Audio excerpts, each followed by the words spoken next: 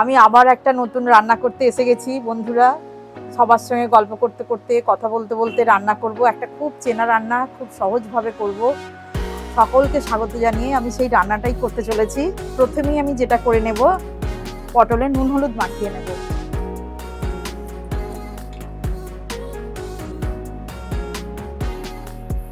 নুন হলুদটা প্রত্যেকটা পটলে ভালো করে মাখিয়ে নিতে হবে।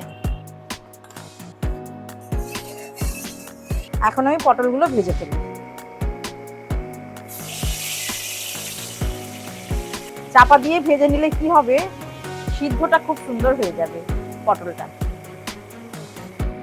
পটলটা করতে লাগছে পেঁয়াজ বাটা, আদা বাটা, রসুন বাটা, টক দই, কাঁচা লঙ্কা বাটা, এগুলো আমি বেটে নিয়েছি।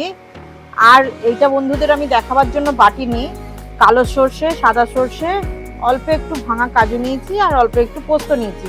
চারটেকে আমি একসঙ্গে বেটে নেব। পটলটা দেখি কিরকম ভাজা হয়েছে। এইভাবেই উল্টে পাল্টে ভেজে নিতে হবে। পটল, ঝিঙে, চিচিঙে, এই তো তিনটে প্রধান সবজি। আর বরবটি, উচ্ছে, করলা, এসব আছে হাবিজাবি অনেক, কিন্তু আমরা গরমকাল মানে জানি ঝিঙে, পটল, চিচিঙে, এই তিনটে। সব পটলগুলো ভাজা হয়ে গেল। এইবার দিয়ে দেব পেঁয়াজ বাটাটা। পেঁয়াজ ভাজা হয়ে গেছে।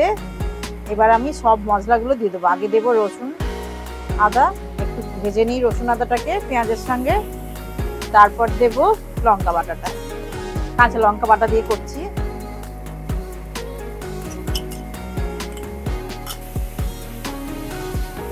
এবার দিয়ে দিচ্ছি যে সর্ষে পোস্ত যে বাটাটা ছিল, কাজু, সেটা দিয়ে দিচ্ছি। বাটিটা ধুয়ে একটু জল দিয়ে দেব। দইটাও দিয়ে দিচ্ছি।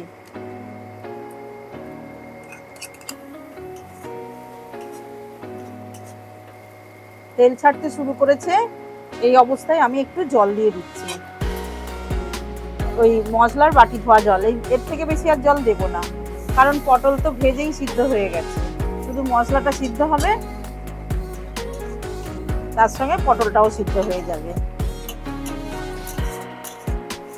পটলে নুন মাখানোই আছে, আমি মশলাতে অল্প একটু নুন দিচ্ছি গ্রেভির জন্য। গ্রীষ্মকালে থেকে শুধু পটল, ঝিঙে এইসব ছোটরা বায়না করে যে খালি গ্রীষ্মকালের সবজি, শীতের সবজিগুলোই নাকি শুধু ভালো। বাঁধাকপির পকোড়া, ফুলকপির পকোড়া, গ্রীষ্মকালের সবজি দিয়ে যে এত সুন্দর সুন্দর রান্না হয়, তেল পটল, তারপর চিংড়ি পটল, হ্যাঁ কত রান্না আছে পটল দিয়ে, চিকেন পটল। যাই হোক, আজকে আমি করছি তেল পটল, খুব সুস্বাদু খেতে। নাম তেল পটল, কিন্তু তেলটা আমি কমই দিই, সেটা দেখলেই বোঝা যাচ্ছে যে তেল একদম উপরে ভাসছে না। আসলে খুব গরম তো, গরমকালে তেলটা একটু কম খাওয়াই ভালো। এমনি এত আর্দ্রতা, এত গরম, নেওয়া যাচ্ছে না, তার সঙ্গে আবার যদি তেলটাও খেতে হয়, যার জন্য তেলটা কম দিয়েই করছি। আপনারাও চেষ্টা করবেন তেল কম দিয়েই রান্না করার। আমি তেল পটল করছি ঠিকই, দেখুন বন্ধুরা, এই যে তেল ছেড়েছে দেখুন, নেই বললেই চলে। আমার নিজেরই কিরকম লাগছে, যেটা তেল পটল, কিন্তু যা গরম পড়েছে। নামাবার সময় অবশ্য একটু কাঁচা তেল দিয়ে নামাবো, ওটা টেস্টের জন্য। রান্নাটা হয়ে গেছে, কাঁচা তেলটা দিচ্ছি আমি টেস্টের জন্য। দেখতে সুন্দর তো হয়েইছে, কিন্তু এই কাঁচা তেলটা দিলে একটা সুন্দর স্মেল বের হবে তেল পটল থেকে। একবার হলেও অন্তত বাড়িতে সবাই করবেন বন্ধুরা। আর কেমন লাগলো আমাকে কমেন্টের মাধ্যমে জানাবেন। আর লাইক তো করবেন, শেয়ারও করবেন। আর ছোট্ট একটা অনুরোধ আমি করছি আপনাদের কাছে, যেটা সাবস্ক্রাইবটা করে আমার পাশে থাকবেন, আর ফেসবুক পেজে টুকুস কিচেন ফলো করে দেবেন। এটা আমার কিন্তু অনুরোধ, ভালোবেসেই করবেন। আর রান্নাটা আমার হয়ে গেছে, তেল পটল। আপনাদের কাছ থেকে আমি আজকের মতো বিদায় নিচ্ছি। খুব গরম, না হলে আমি খেয়েই দেখাতাম। মাত্র কড়া থেকে নামিয়েছি। তো আজকের মতো আমি বিদায় জানাচ্ছি আপনাদের কাছে।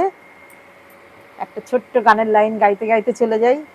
আমার যাবার সময় হলো, দাও বিদায়। আবার পরের ভিডিওতে দেখা হবে।